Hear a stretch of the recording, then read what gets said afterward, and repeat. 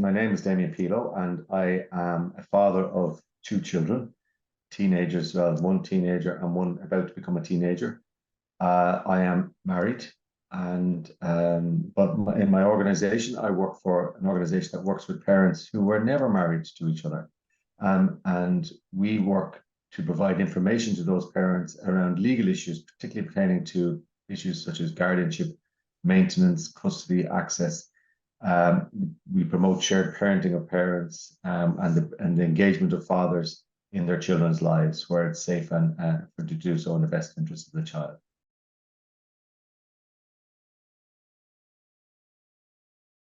Ireland has come a long way since my time and my memories of my childhood and fatherhood, and the roles that we have expected of fathers, and come a long way in a positive way, but we still have a long journey to go to get full equality for fathers and parental care.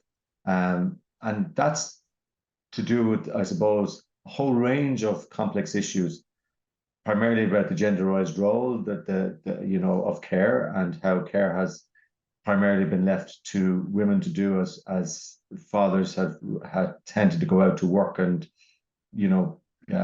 be breadwinners, and those are old concepts. And while that has shifted a lot, and we've moving towards more equal society, care isn't valued.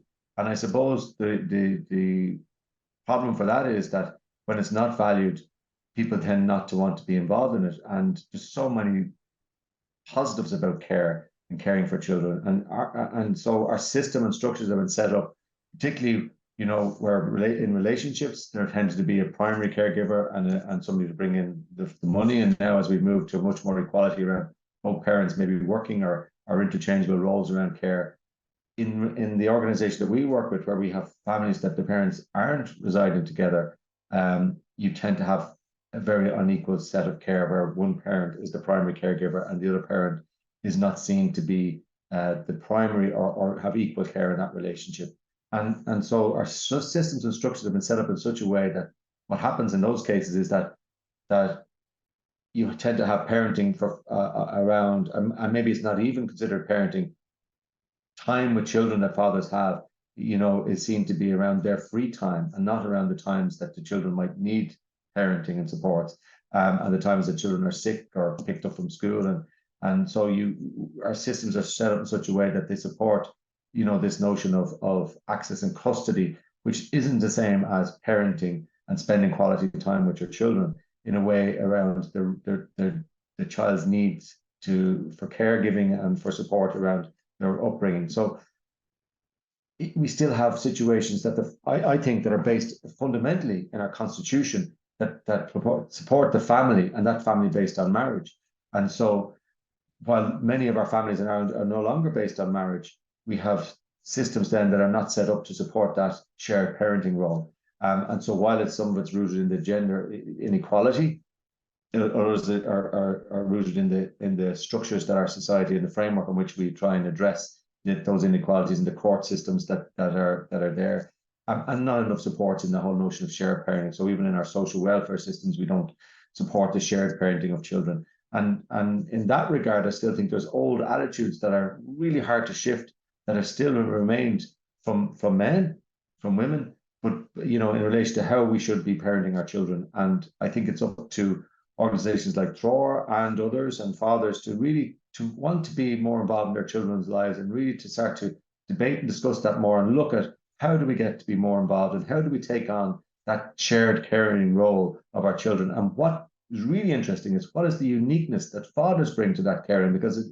it's about children been raised by parents of different genders in some cases. Sometimes it's the same gender, but in different cases, different genders. And what's unique about that, and what's unique about bringing those children up into that with two parents of different gender, to try and raise children in a loving, caring environment.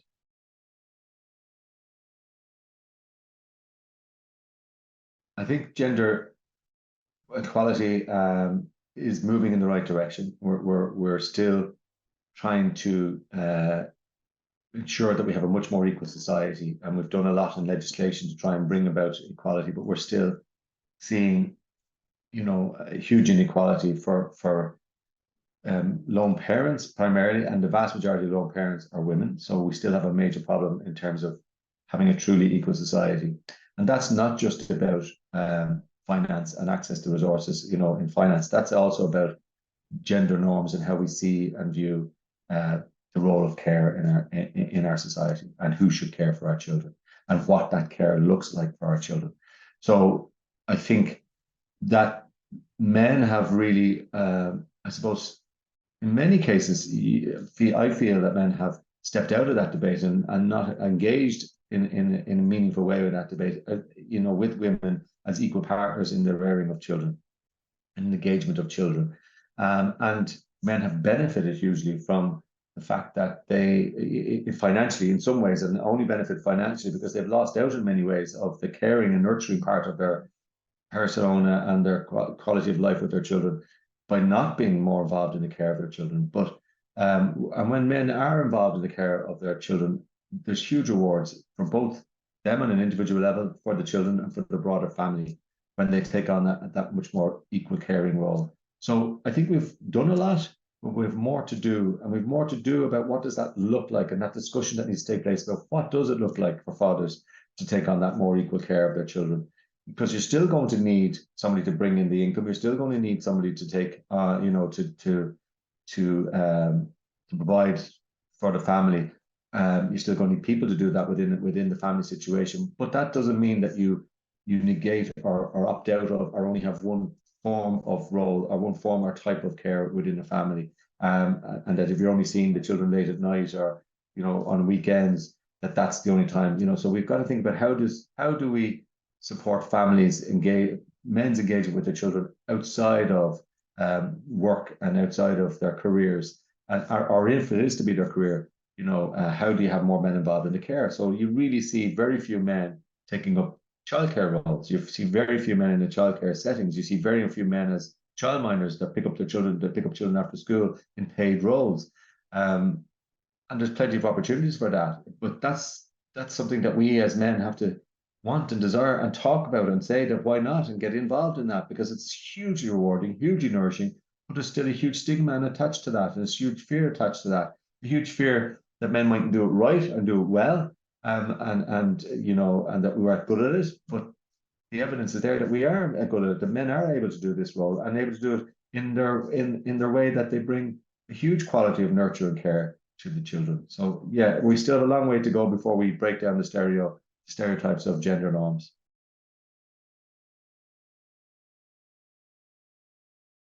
Yes, I think we all have to work hard to overcome gender stereotypes, both for women and men.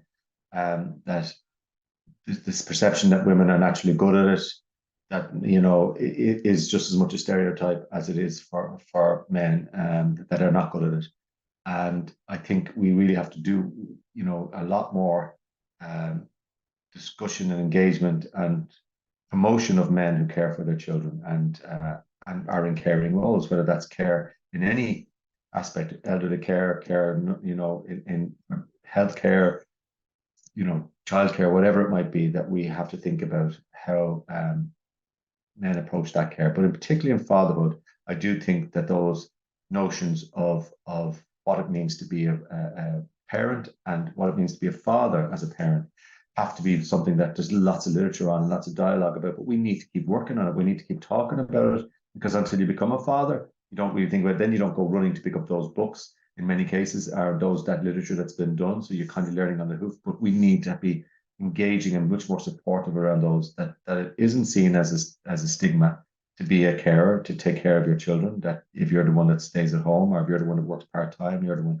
or if you have to leave work early to pick up a sick child, or you have to be the one that has to drop, to go if there's an issue in the school, that you're the one that gets contacted. So I think that goes back to lots of stereotypes about, oh, my job is more important, or I can't be seen to do that, or whatever it might be. And it's simply often down to the fact that I'm not sure that I can do that I'm not as good as the other person. And that can be a huge barrier for men, that they don't think they're as good at it.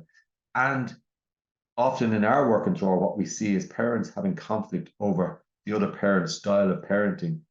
And if you're not good at it, you don't know what it is to be a father or how to parent as a dad, or what do men bring uniquely to the role of parenting. And if you're only based on that was my experience of my relationship with my dad, that mightn't be the best guide in it. That might be the worst guide you're using. But so we need to be able to show men and have discussions with men about what it is to me, because it isn't exact same as parenting as a mother. You're still nurturing and caring for your child. You still have to provide food on the table. You still have to do the same issues around discipline, but might do it differently. And it's okay that that's different in some cases if the child is safe and nurtured and able to do so. And so that I think we need to really get at, and we need to really think about how do the gender norms affect how we parent, and that we need to create those gender norms, that it is okay for fathers to be caring, loving, stay-at-home dads, or dads at part-time, or whatever it might be, as I mean, don't mean part-time, that working part-time and staying at home, full-time dads, but engaging with your children in meaningful ways. So yes, absolutely, we have to look at how those norms that are there, and they're only norms because often they're embedded within the way that we were brought up, and they're embedded within our society, rather than them actually being a normal way that men would behave with their children. So even I would prefer to call them stereotypes rather than norm.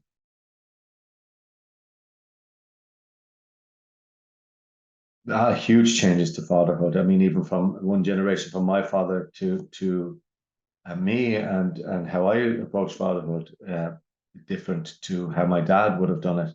And both of us, would have been working, and maybe family sizes are different. I'm one of 11 children. I've two, so that creates a difference. But equally, probably my father was needed, in a different way, to have left my mother in charge of all of that without, the care and the input and the support that she might have needed in relation to the day-to-day, rearing of children. So I just think, from that generation to this, we'll have seen over the last 20, 30 years, men doing things that wouldn't have been visible in my father's time: pushing buggies, changing nappies, staying up, getting up and doing the night shift, feeding, staying at home, cooking dinners, meals, all of the things that are practical, the practicalities of parenting, of rearing children, that they have shifted for a lot of people. And they'll see that men are doing it. The visualization of men on our commercials, our TV programs, what we're seeing now is very different. And they're the changes that are good and healthy in some cases, that are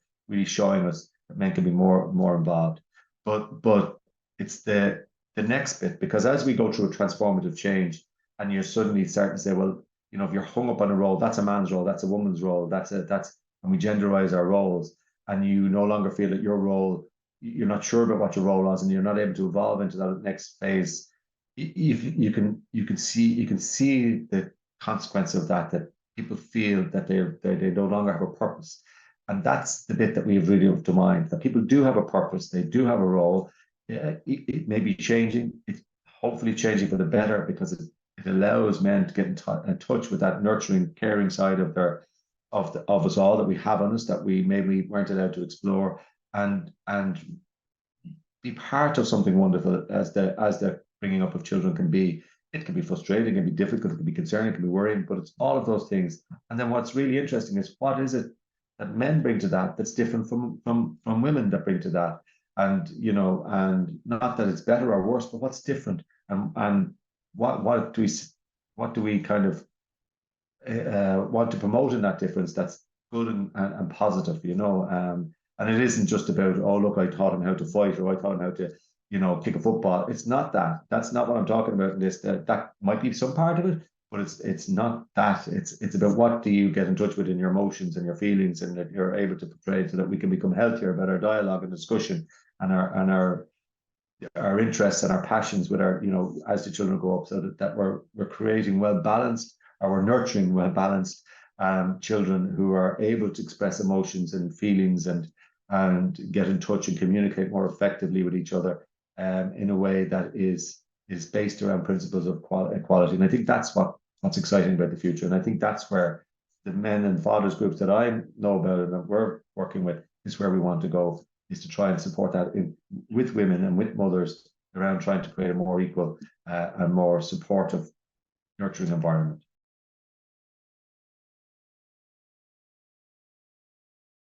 Yes, I think always we need to be evolving and moving and reacting to what's happening. And as all of us try and encourage fathers to be more involved, we have to be able to listen and sit with what are those issues, that fathers are presenting with, and support them in that way. I think a lot of organizations suffer from the principle that, look, we're open to everybody and we're welcoming of everybody, but then fathers aren't engaging in those services. And sometimes, we've seen that those services don't seem to represent fathers as they walk through the door in a way that they can feel that this is a safe environment for me. And I think we've done that really well with other groups, with women, with minorities. We've understood that to make things accessible and engaging, that we need to have imagery that represents you and and the people that we're trying to work with, that makes it feel safe and comfortable, that when they come in, that they're believed and they're heard. And we've done that really well. And I think it's no different for men, even though some people would argue, well, look, everything is set up for men. But the reality is, in a lot of cases, in a lot of the support services around the community and around the care and around childcare and around those professions, it isn't the same for men. You don't feel that welcoming as you walk through the door. You're a little bit tentative, and it might be the difference between somebody engaging and not engaging, or willing to stay involved and progress through a service. And because men do need that support, we do need that encouragement, we do need, because we still are coming out of a time, as I mentioned earlier, where the gender norms have been so strong, the stereotyping is so strong that it takes a bit of discussion, it takes a bit of time out, it takes a bit of peer support to figure that out, and the support of some experts to help that out. That we are able to get in touch with our more caring side of us, that are more gentle side of our masculinity, and and really be in touch with that. So yes, I think we all can do more in terms of supporting fathers and making our services accessible and appropriate to fathers. And even in who we employ, I mean, a lot, and again, it goes back to this, it's a catch-22. A lot of the staff in a lot of care services are women. And so, it can be very difficult to go into a space that's all women, as it would be for a woman to go into a space that's all men. And that's what women have had to do in a lot of the employment that's been there, when they're trying to break those, glass ceilings, and, trying to push through. For men, it's the opposite, and we've got to ensure that when men go into those spaces, that they have visual, that they can see other men, and there's a welcoming place, and that it's an organization that's open to having men involved and wants to hear from men, and isn't trying to put men into a box or make them think in a certain way, but is open to hearing what men have to say, and then maybe shaping that discussion around, whatever it is, equality and supports and caring, and presenting a different mechanism for men to be willing to engage with.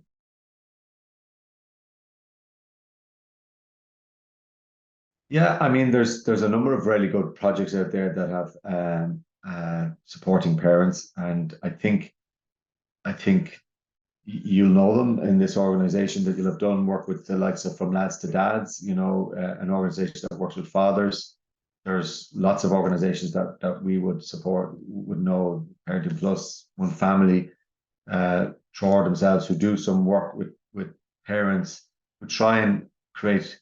I suppose the key bit is to try and create a system that's, while there might be generic things that you try and run in a program or a peer support space, is that you try and create a safe, comfortable environment for parents to come into, men or women, and that they can engage. And sometimes, because we've learned this for women in support groups, is that you need to create safe spaces for women to gather and meet, and then there's no reason why that you need to create safe spaces for men to gather and meet. But equally, when they combine those spaces and men and women can come together and share, that's where more even learning comes. But men need to kind of be able to challenge each other safely, that begin to really trust what it is to be a man, what it is to be a father, what it is to be. They're the conversations that we never have, that you don't really have in families, that you don't really tend to have in society, you don't tend to have in your peer groups. So you need to create those spaces for that to happen. And some of the parenting the organization that we talked about create that environment of safety. They work from methodologies that allow people to just speak without feeling that they have to be undermined or challenged, or that their views are going to be, their views are not going to be accepted, or that they're allowed to express them and evolve and hear differences. And it's through those hearing of differences that people then start to think, oh, well, I like what they say. I didn't think about that. And so, yeah, I think those organizations I mentioned and those peers practice that are built around those trauma informed as well, those trauma informed spaces that recognize that the gender inequalities, that recognize the systemic issues that are there at the heart of our society, rather than always just think it's about the individual that needs to change, because you can get some individual change that moves things along, but it's the systemic change that will really do a benefit for everybody, and that will begin to change. And things like that are government policy, our investments in supports and services for the likes of parenting, school and education. We always go back to the schools, but school systems and education that try to bring in notions of talking about gender and gender equality in ways, and thinking about, because about how we get in touch with our emotions and our feelings, help as we get into adulthood and able to express them, that it isn't one type for men or one type for women. So I think there is some really good practice out there, and some of those organizations based in the community, like An Posan and other organizations that are rooted in the community, that try and bring people together in a safe space is really key.